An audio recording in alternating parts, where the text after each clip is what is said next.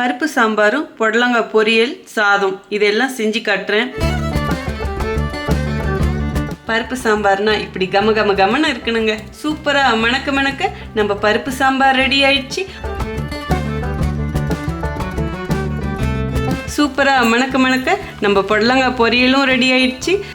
சுட சுட சாதம், மணக்க மணக்க பருப்பு சாம்பார், இது கூடவே தொட்டுக்க புடலங்காய் பொரியல். ரொம்ப சிம்பிளான நம்ம லஞ்ச் காம்போ ரெடி ஆயிடுச்சுங்க. Hi friends, welcome to cook with Sangeetha. இன்னைக்கு நம்ம பார்க்க போகிறது ரொம்ப இன்ட்ரெஸ்டிங்கான ரெசிபி. நீங்கள் ரொம்ப நாளாக கேட்டுட்டு இருந்தீங்க, அக்கா பொரியல் வகை செஞ்சு காமிங்கன்னு சொல்லிட்டு. ஸோ உங்களுக்காக தான் இன்னைக்கு புடலங்காய் பொரியல் செஞ்சு காட்ட போகிறேன். புடலங்காய் பொரியல் யாரு தான் செய்யலை, எல்லாருக்குமே தெரியும். பட் இன்னைக்கு நான் செஞ்சு காட்ட போகிறது எங்கள் அம்மா செய்கிற அதே மெத்தட்லேயே. எங்கள் அம்மா ரொம்ப டிஃப்ரெண்ட்டாக செய்வாங்க, செம்ம டேஸ்ட்டாக இருக்கும். ஈவன் எங்கள் வீட்டில் கெஸ்ட்டாக வந்து சாப்பிட்டவங்களாம் கேட்டிருக்காங்க, எப்படி புடலங்காய் பொரியல் அப்படியே ஜூஸியாக டேஸ்ட்டாக இருக்குன்னு சொல்லிட்டு. ஏன்னா எங்கள் அம்மா செய்கிற மெத்தட் அந்த மாதிரி எப்பயும் செய்கிற மாதிரி இல்லாமல் கொஞ்சம் டிஃப்ரெண்ட்டாக செய்வாங்க, செம்ம டேஸ்ட்டாக இருக்கும். இந்த புடலங்காய் பொரியல் செய்யும் போதும் அதுக்கு பருப்பு போடணும். ஸோ புடலங்காய் பொரியலும் செஞ்சு காட்ட போகிறேன், சிம்பிளாக ஒரு பருப்பு சாம்பாரும் செஞ்சு காட்ட போகிறேன். இது ஒரு காம்போ ரெசிபின்னு சொல்லலாம். லஞ்சுக்கு இந்த புடலங்காய் பொரியலும் சாம்பாரும் அது கூட ஒரு சாதமும் வச்சா போதும், செம்ம அஸ்தலாக இருக்கும். ஸோ இன்னைக்கு ரொம்ப எளிமையான முறையில் சங்கீதா ஸ்டைலில் செஞ்சு காட்ட போகிறேன். நம்ம சேனலை யாரெல்லாம் என்ன சப்ஸ்கிரைப் பண்ணலையோ சப்ஸ்கிரைப் பண்ணுங்கள். ப்ளீஸ் கீழே இருக்கிற பெல் பட்டனில் மறக்காம ஆள் கொடுங்க. அப்போ தான் நான் போகிற வீடியோ உங்களுக்கு உடனே வரும். வாங்க இப்போ எப்படி செய்யறதுன்னு பார்க்கலாம்.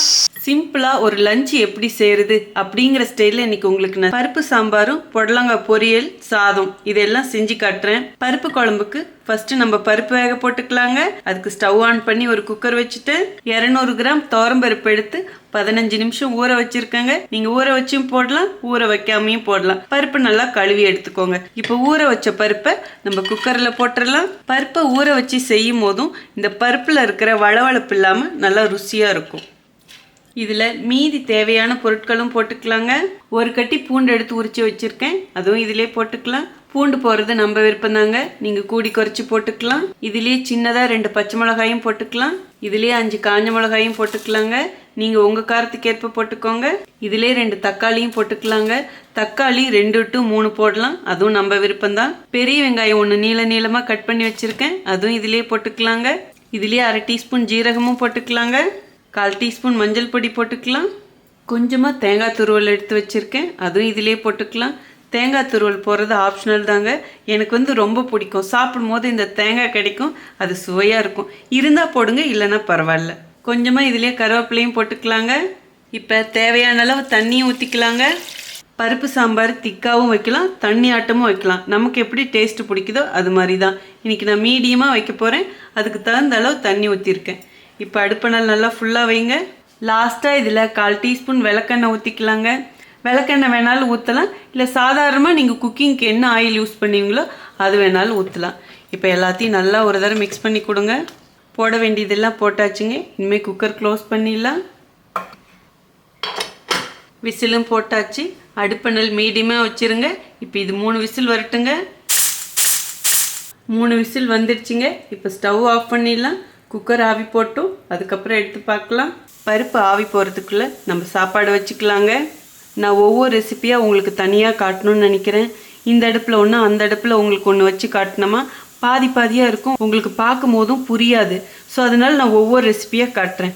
இப்போ சாப்பாடு வைக்கிறதுக்கு ஒரு குக்கரில் 2 கிளாஸ் அரிசி எடுத்திருக்கேன். அதாவது 400 கிராம் அரிசி. நான் எடுத்திருக்கிறது சோனா மசூரி அரிசி. நல்லா அரிசியை கழுவிட்டு 20 நிமிஷம் ஊற வச்சுருக்கேங்க. 1 கிளாஸ் அரிசிக்கு 2 கிளாஸ் தண்ணி ஊற்றி அளந்து எடுத்து வச்சுருக்கேன். ஒரு சிலர் சாப்பாட்டில் உப்பு போடுவீங்க, நான் போட மாட்டேன். நீங்கள் உப்பு வேணும்னா போட்டுக்கலாம். இப்போ குக்கர் மூடிடலாங்க. விசிலும் போட்டாச்சு. இப்போ அடுப்பணல் மீடியமாக வச்சுடுங்க.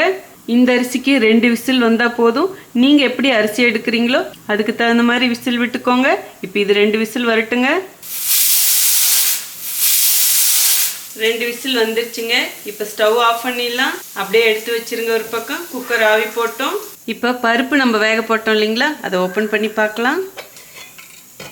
நல்லா வெந்திருக்குங்க. இப்போ இதை கடையிறதுக்கு முன்னாடி நம்ம வெறும் பருப்பாக கொஞ்சம் தனியாக எடுத்து வச்சிடணுங்க. இப்போ இந்த பருப்பை தனியாக எடுத்து ஒரு பக்கம் வச்சிடுங்க. எப்போ நான் யூஸ் பண்ணணும்னு சொல்கிறேன். இப்போ பருப்பு கடையணும், அதுக்கு முன்னாடி இதுக்கு தேவையான அளவு உப்பு போட்டுக்கலாங்க. இப்போ இதை ஒன்றும் பாதியமாக கடைஞ்சிக்கலாங்க. இந்த அளவுக்கு கடைஞ்சா போதுங்க. பருப்பு குழம்புக்கு தாளிப்பு கொடுக்கணுங்க. வாங்க இப்போ அதுவும் எப்படி செய்கிறதுன்னு பார்க்கலாம். பருப்பு சாம்பார் தாளிக்கிறதுக்கு ஸ்டவ் ஆன் பண்ணி ஒரு பாத்திரம் வச்சுட்டேங்க. இப்போ தேவையான அளவு எண்ணெய் ஊற்றிக்கலாம். இதுலேயே 1/2 டீஸ்பூன் கடுகு போட்டுக்கலாங்க. கடலைப்பருப்பு 1 டீஸ்பூன் போட்டுக்கலாங்க. உளுத்தம்பருப்பு 1 டீஸ்பூன் போட்டுக்கலாம். அடுப்பணல் மீடியமாக வச்சுக்கோங்க. கடுகு பொரிய ஆரம்பிச்சிருச்சு. இந்த ஸ்டேஜில் 3 காஞ்ச மிளகாய் கட் பண்ணி வச்சுருக்கேன், அதுவும் இதிலே போட்டுக்கலாம். ஏற்கனவே மிளகாய் போட்டிருக்கோம் பருப்பு வேக வைக்கும் போதும், ஸோ நீங்கள் பார்த்து போட்டுக்கோங்க. இதிலே 1/2 டீஸ்பூன் ஜீரகமும் போட்டுக்கலாங்க. அடுப்பணல் ஃபுல்லாக கம்மி பண்ணிவிடுங்க. எல்லாத்தையும் ஒன்று சேர்த்து கலருங்க. இதுலேயே 1/2 டீஸ்பூன் பெருங்காய பொடி போட்டுக்கலாங்க. கொஞ்சமாக கருவேப்பிலை போட்டுக்கலாம். இந்த அளவுக்கு எல்லாம் வதக்குனா போதுங்க. இப்போது கடைஞ்சி வச்ச பருப்பும் இதிலே ஊற்றிடலாம். இப்போ அடுப்பணல் நல்லா ஃபுல்லாக வச்சுடுங்க. எல்லாத்தையும் ஒன்று சேர்த்து கிளறி கொடுத்துட்டு உப்பு கரெக்டாக இருக்கான்னு பார்த்துக்கோங்க.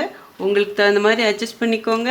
ஒரு சிலர் இதிலே கொஞ்சம் புளி கூட ஊற்றுவாங்க, பட் நான் புளி ஊற்ற மாட்டேன்.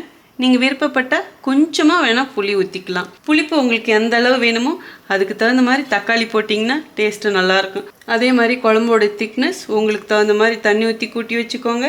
இப்போ இது நல்லா கொதித்து வரட்டுங்க. குழம்பு நல்லா கொதிக்குதுங்க. இப்போ ஒரு வாட்டி கிளறி கொடுங்க. ஒரே ஒரு நிமிஷம் இது நல்லா கொதித்து வரட்டுங்க.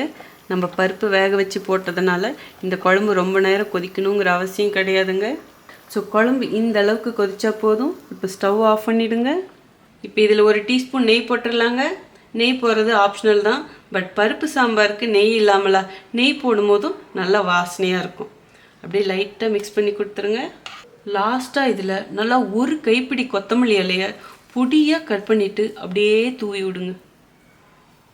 இப்போ அப்படியே லேசாக கிளறி கொடுங்க. அவ்வளோதாங்க, சூப்பராக மணக்க நம்ம பருப்பு சாம்பார் ரெடி ஆயிடுச்சு.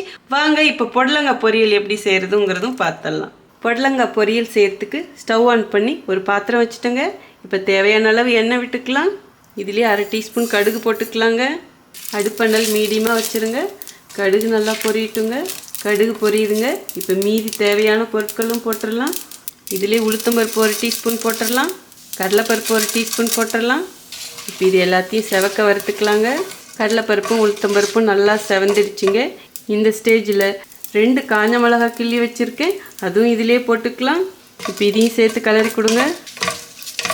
காஞ்ச மிளகாயும் நல்லா செவந்துடுச்சுங்க.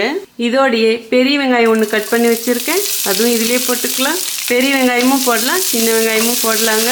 இப்போ இதையும் சேர்த்து கிளறி கொடுங்க. இதிலே கொஞ்சம் கருவேப்பிலை போட்டுக்கலாங்க. 2 பச்சை மிளகாயும் இதிலே உடச்சி போட்டுக்கலாம். காஞ்ச மிளகாயும் போடணும், பச்சை மிளகாயும் போடணும். இந்த வெங்காயத்தை லேசாக வதக்கலாங்க. வெங்காயம் நல்லா வதங்கிடுச்சுங்க. இந்த அளவுக்கு வதக்கிக்கிட்டால் போதும். 1/2 கிலோ பொடலங்காய் எடுத்து நல்லா மெலிசாக நீளமாக கட் பண்ணி வச்சுருக்கேங்க, அதுவும் இப்போ இதிலே போட்டுடலாம். பொடலங்காய் உங்களுக்கு எப்படி பிடிக்குமோ நீங்கள் அந்த மாதிரி கட் பண்ணிக்கலாம். பட் இந்த மாதிரி நீளமாக மெலிசாக கட் பண்ணி போடுங்க, சாப்பிடும்போது ரொம்ப நல்லாயிருக்கும். இதுலேயே 1/2 டீஸ்பூன் மஞ்சள் பொடி போட்டுக்கலாங்க. இந்த பொரியலுக்கு தேவையான அளவு உப்பும் போட்டுக்கலாங்க. இப்போ எல்லாத்தையும் ஒன்று சேர்த்து கிளறி கொடுங்க. 2 நிமிஷத்துக்கு அப்படியே எண்ணெயிலே வதக்குங்க. இந்த காயிலேருந்து தண்ணி விட ஆரம்பிக்கும், விடாமல் அப்பப்போ கிளறி கொடுங்க. 2 நிமிஷத்துக்கு அப்படியே க்ளோஸ் பண்ணி வச்சிடலாங்க. அடுப்பணல் மீடியமாகவே இருக்கட்டும். A few minutes later. இப்போ ஓப்பன் பண்ணி பார்க்கலாங்க. காயிலேருந்து தண்ணி விட ஆரம்பிச்சிருச்சு. இப்போ ஒரு வாட்டி நல்லா கிளறி கொடுங்க. இந்த அளவுக்கு கிளறி கொடுத்தா போதுங்க. இப்போது காய் வேகிற அளவுக்கு கொஞ்சமாக தண்ணி ஊற்றிக்கலாம். அப்படியே ஒரு தடவை கிளறி கொடுத்துட்டு இனிமேல் க்ளோஸ் பண்ணி வச்சிடலாங்க. 3 நிமிஷத்துக்கு இதை க்ளோஸ் பண்ணிவிடுங்க. இடையில எடுத்து கிளறி கொடுக்கணுங்க. மீடியம் மணல்லே வேகட்டும். A few minutes later. இப்போ ஓப்பன் பண்ணி பார்க்கலாங்க. இப்போ நல்லா ஒரு வாட்டி கிளறி கொடுத்துருங்க. காய் வெந்துக்குச்சான்னு பார்த்துக்கோங்க. வெந்துடுச்சுன்னா லாஸ்ட்டாக போடக்கூடிய பொருட்களும் போட்டுக்கணும். நான் காய் பார்த்துட்டேன், நல்லா வெந்துடுச்சு. இதுதான் கரெக்டான பதம். இப்போ லாஸ்ட்டாக சேர்க்க வேண்டிய பொருட்களும் சேர்த்துக்கலாங்க. 1/2 தக்காளி எடுத்து பொடியாக கட் பண்ணி வச்சுருக்கேன், அதுவும் இதிலே போட்டுக்கலாம். தக்காளி 1/2 தக்காளி தாங்க போடணும். அதுக்கு மேலே போட்டிங்கன்னா புளிப்பாக இருக்கும், போடவே கூடாது. 1/2 கிலோ பொடலங்காயில் செஞ்சாலும் 1 கிலோ பொடலங்காயில் செஞ்சாலும் நீங்கள் 1/2 தக்காளி தான் போடணும். 1/4 டீஸ்பூன் வெறும் மிளகா பொடி எடுத்து வச்சுருக்கேன், அதுவும் இதிலே போட்டுக்கலாம். வெறும் மிளகா பொடி ஒரு பிஞ்ச் அளவு தான் போடணும். ஏற்கனவே பச்சை மிளகா காஞ்ச மிளகாலாம் போட்டிருக்கோம், ஸோ காரம் பார்த்து போட்டுக்கோங்க. பட் இந்த மிளகா பொடி போடும்போதும் நல்லா சுவையாக இருக்கும். இப்போ இந்த பருப்பை இதிலே ஊற்றிக்கலாங்க. இந்த பொரியலோடைய ஸ்பெஷலே இதுதான். இந்த பருப்பு போடும்போது தான் சுவை நல்லாயிருக்கும். இதோடையே அரை கைப்பிடி தேங்காய் துருவல் எடுத்து வச்சுருக்கேன், அதுவும் இதிலே போட்டுக்கலாம். கொஞ்சமாக கருவேப்பிலையிலையும் போட்டுக்கலாங்க. 1 டீஸ்பூன் எண்ணெயும் இதிலே ஊற்றிக்கலாங்க. லாஸ்ட்டாக இந்த மாதிரி எண்ணெய் ஊற்றும் போதும் ரொம்ப சுவையாக இருக்கும். நான் தேங்காய் எண்ணெய் தாங்க விடுறேன். இப்போ இதையும் சேர்த்து கிளறி கொடுங்க. இதெல்லாம் போடும்போது தான் இந்த பொரியல் ருசியாகவும் இருக்கும், அப்படியே ட்ரையாக இல்லாமல் நல்லா ஜூஸியாக இருக்கும். அந்த ஒரு பிசுபிசுப்பு தன்மை கிடைக்கும். எல்லாம் நல்லா மிக்ஸ் பண்ணி கொடுத்துட்டு உப்பு காரம் கரெக்டாக இருக்கான்னு பார்த்துக்கோங்க. உங்களுக்கு தகுந்த மாதிரி கூடி குறைச்சி அட்ஜஸ்ட் பண்ணிக்கோங்க. ஒரே ஒரு நிமிஷத்துக்கு இதை அப்படியே நல்லா வதக்கோங்க. நான் விடாமல் கிளறி கொடுத்துட்டு தாங்க இருக்கேன். அவ்வளோதாங்க, பொரியல் இந்த அளவுக்கு வதக்கினா போதும். இப்போ ஸ்டவ் ஆஃப் பண்ணிவிடுங்க. இதில் கொஞ்சமாக இப்போ கொத்தமல்லி தலையும் தூவிக்கலாம். இதையும் சேர்த்து கிளறி கொடுத்துருங்க. அவ்வளோதாங்க, சூப்பராக மணக்க மணக்க நம்ம புடலங்காய் பொரியலும் ரெடி ஆயிடுச்சு. வாங்க இப்போ எப்படி இருக்குன்னு டேஸ்ட் பார்த்தலாம். சுட சுட சாதம், மணக்க மணக்க பருப்பு சாம்பார், இது கூடவே தொட்டுக்க புடலங்காய் பொரியல். ரொம்ப சிம்பிளான நம்ம லஞ்சு காம்போ ரெடி ஆயிடுச்சுங்க. ஒயிட் ரைஸும் ரெடி ஆயிடுச்சு, பருப்பு சாம்பாரும் ரெடி ஆயிடுச்சு, புடலங்காய் பொரியலும் ரெடி ஆயிடுச்சு. இப்போ எப்படி இருக்குன்னு டேஸ்ட் பார்க்குறதுக்கு முன்னாடி உங்களுக்கு தேவையான டிப்ஸ் கொடுத்துட்றேங்க. ஃபஸ்ட்டு சாதம் பார்த்தலாம். சாதம் வைக்கிறது உங்களுக்கு தெரியாமல் கிடையாது. ஸோ நீங்கள் ரெகுலராக எப்படி அரிசிக்கு தண்ணி வைப்பீங்களோ அந்த மாதிரி வச்சு எடுத்துக்கோங்க. அடுத்தது பருப்பு சாம்பார். பருப்பு சாம்பாரும் வைக்கிறது ரொம்ப ரொம்ப ஈஸி, ஆனால் வயிறு நிறைய சாப்பிட்லாம், அந்த அளவுக்கு டேஸ்ட்டாக இருக்கும். பருப்பு சாம்பாருக்கு டிப்ஸ்ன்னு பார்த்தீங்கன்னா நம்ம இதுக்கு போடக்கூடிய பொருட்கள். ஸோ எந்த அளவுக்கு பருப்பு எடுக்கிறோமோ அதுக்கு தகுந்த மாதிரி மற்ற பொருட்களும் போட்டுக்கணுங்க. மெயினாக இதுக்கு காஞ்ச மிளகா போடணும், அதுதான் நல்லா ருசி கொடுக்கும். அதே மாதிரி லாஸ்ட்டாக நெய் போடும்போதும் இன்னும் நல்லா மணமாக இருக்கும். இன்னொரு மெயினான விஷயம் பார்த்தீங்கன்னா தக்காளி. ஸோ தக்காளி வந்து 2 to 3 போட்டிங்கன்னா கரெக்டாக இருக்கும் நான் எடுத்த பருப்பு அளவுக்கு. ஸோ இந்த அளவுக்கு தெரிஞ்சுக்கிட்டாலே இந்த பருப்பு சாம்பார் செஞ்சு அசத்திடலாங்க. அடுத்தது புடலங்காய் பொரியல். ஸோ நம்ம சேனலில் நிறைய பொரியலே இருக்காது. உங்களில் நிறைய பேர் கேட்டிருந்தீங்க, அக்கா உங்கள் ஸ்டைலில் நிறைய பொரியல் வகைகள் போடுங்கன்னு சொல்லிட்டு. ஸோ உங்களுக்காகவே சிம்பிள் காம்போவை நான் இப்படி பிளான் பண்ணினேன். ஸோ இந்த பொரியலுக்கு டிப்ஸ்ன்னு பார்த்தீங்கன்னா நான் இதில் சின்ன சின்ன குறிப்புகளை சொல்லியிருப்பேன். ப்ளீஸ் அதை அப்படியே ஃபாலோ பண்ணுங்கள். அப்போ தான் எப்பி செய்கிற டேஸ்ட் இல்லாமல் ரொம்ப டிஃப்ரெண்ட்டாகவும் டேஸ்டியாகவும் இருக்கும். ஃபார் எக்ஸாம்பிள் இதில் வந்து நான் பருப்பு போட்டேன், தக்காளி போட்டேன், இதெல்லாம் போடும்போதும் நல்லா சுவையாக இருக்கும். எப்போல்லாம் நீங்கள் பருப்பு சாம்பார் வைக்கிறீங்களோ அப்போ இந்த மாதிரி செஞ்சு பாருங்கள், செம்ம அஸ்தலாக இருக்கும். புடலங்காய் பொரியலுக்கும் நான் எப்படி சொன்னனோ ப்ளீஸ் அப்படியே ட்ரை பண்ணுங்கள். ஸோ இந்த ரெசிபி எல்லாத்துக்குமே நான் என்ன அளவுகள் டிப்ஸ் சொன்னனோ அதை அப்படியே ஃபாலோ பண்ணி செஞ்சிங்கன்னா உங்களுக்கும் சூப்பராக வரும். நான் ஒவ்வொரு ரெசிப்பியும் தனியாக காமிச்சேன், ஆனால் நீங்கள் இது எப்படி செய்யலாம்னு நான் சொல்கிறேன் பாருங்கள். ஒரு குக்கரில் பருப்பு வேக போட்டுக்கோங்க, இன்னொரு குக்கரில் சாதம் வச்சுக்கோங்க. சப்போஸ் நீங்கள் குக்கரில் சாதம் வைக்க பிடிக்கலனா ஈவன் நீங்கள் வடிச்சுக்கலாம், அது உங்கள் விருப்பம். ஸோ ஒரு பக்கம் பருப்பு, இன்னொரு பக்கம் சாதம், அது ரெண்டும் முடிஞ்சதுக்கப்புறம் பார்த்தீங்கன்னா புடலங்காய் பொரியலும் செய்ய ஸ்டார்ட் பண்ணிடுங்க. புடலங்காய் பொரியல் செஞ்சு முடிக்கிறதுக்குள்ளே பருப்பு விசில் வந்துடும். அதுக்கப்புறம் நம்ம கொஞ்சமாக பருப்பு எடுத்து பொரியலுக்கும் போட்டுக்கலாம். பொரியல் முடிச்சுட்டு அதுக்கப்புறம் தாளிப்பு வந்து பருப்பு சாம்பார் கொடுத்துக்கலாம். ரொம்ப சிம்பிளாக முடிச்சிடலாம். அதாவது இந்த ரெசிபி செய்கிறதுக்கு ரொம்ப ரொம்ப கம்மியான டைம் தான் எடுக்கும், பட் பயங்கர டேஸ்ட்டாக இருக்கும். இது கூடவே நீங்கள் ஊறுகாய் வச்சு சாப்பிட்லாம், ஈவன் அப்பளம் பொரிச்சு சாப்பிட்லாம், நம்ம விருப்பம் தான். இதுக்கப்புறம் எப்படி இது கூட வச்சு சாப்பிட்றதுங்கிறது. ஸோ இன்றைக்கி ரொம்ப சிம்பிளான இந்த லஞ்ச் மெனு உங்களுக்கு பிடிச்சிருக்குன்னு நான் நம்புகிறேன். இப்போ எப்படி இருக்குன்னு டேஸ்ட் பார்த்துடலாங்க. ஃபஸ்ட்டு பருப்பு சாம்பார் எப்படி இருக்குன்னு பார்க்கலாம். பாருங்கள், நம்ம எந்த அளவுக்கு தண்ணியாக வச்சோம். பருப்பு சாம்பார் வச்சு 10-15 நிமிஷம் ஆயிடுச்சு. முன்னே இருந்ததை விட திக்காயிடுச்சு பாருங்கள். அதனால தான் வைக்கும் போதே கொஞ்சம் தண்ணியாட்ட வைக்கணும். இப்போ சாப்பிட்டு பார்த்தலாம். ஓ மை காட், சும்மாவே பருப்பு சாம்பார் சாப்பிட்றலாம் மாட்டுறது. ஆக்சுவலாக பருப்பும் கூட நல்லா தான் இருக்கணும். அந்த பருப்புக்குன்னு ஒரு சுவை இருக்குது. நீங்கள் நல்லா கவனிச்சிங்கன்னா தெரியும், பருப்பில் லேசான ஒரு ஸ்வீட் வரும். அதுதான் அதோடைய ருசியேன்னு சொல்லுவேன். ஸோ பருப்பு வந்து நல்லா தரமானதாக இருந்தால் கண்டிப்பாக பருப்பு சாம்பாரும் சூப்பராக இருக்கும் நீங்கள் எப்படி செஞ்சாலும். அதே மாதிரி இதுக்கு போடக்கூடிய பொருட்கள், தாளிப்பெல்லாம் கொடுத்தேன் பார்த்தீங்களா, அங்கேயும் இருக்குது விஷயம். ஸோ செம்மாஸ்தலாக இருக்குது, நிஜமாக சொல்கிறேன். எனக்கு ஒரு கப்பு இந்த பருப்பு சாம்பார் கொடுத்தா நான் சும்மாவே சாப்பிட்ருவேன், அந்த அளவுக்கு சூப்பராக இருக்குது. அடுத்தது பொரியல் எப்படி இருக்குன்னு பார்த்துருவோமா. இன்றைக்கி ரொம்ப டிஃப்ரெண்ட்டாக செஞ்சோம் எங்கள் அம்மா ஸ்டைலில். சாப்பிட்டு பார்த்தலாம். நல்லா க்ரன்ச்சாக இருக்கேன்.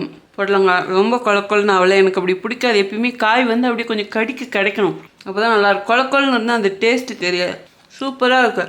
பொரியல்னாவே சிலர்லாம் சாப்பிட பயப்படுவாங்க, அது ருசியாக இருக்காதுன்னா. பட் இந்த மாதிரி செஞ்சு பாருங்கள், செம்ம அஸ்தலாக இருக்கும். நாங்கள் எப்பயுமே இந்த காம்போவில் செஞ்சோமா ஃபஸ்ட்டு கொஞ்சம் வெள்ளை சாதத்தில் இந்த பொரியல் போட்டு பிசைஞ்சு சாப்பிட்ருவோம். அப்புறம் இன்னொன்று மெயினாக பார்த்தீங்கன்னா லாஸ்ட்டாக இது தயிர் சாதம், ரசம் சாதத்துக்குலாம் வச்சு சாப்பிட்டிங்கன்னா அவ்வளோ சூப்பராக இருக்கும்.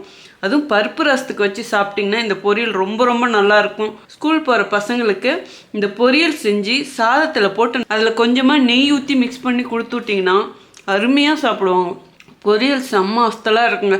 நீங்கள் இது மாதிரி ட்ரை பண்ணது இல்லைன்னா ப்ளீஸ் கண்டிப்பாக எனக்காக ஒரு வாட்டி இந்த மாதிரி ட்ரை பண்ணி பாருங்கள். ஸோ நீங்களும் இந்த எல்லா ரெசிபியும் ட்ரை பண்ணி பார்த்துட்டு எப்படி இருக்குன்னு சொல்லிட்டு கமெண்ட் பாக்ஸில் சொல்லுங்கள்.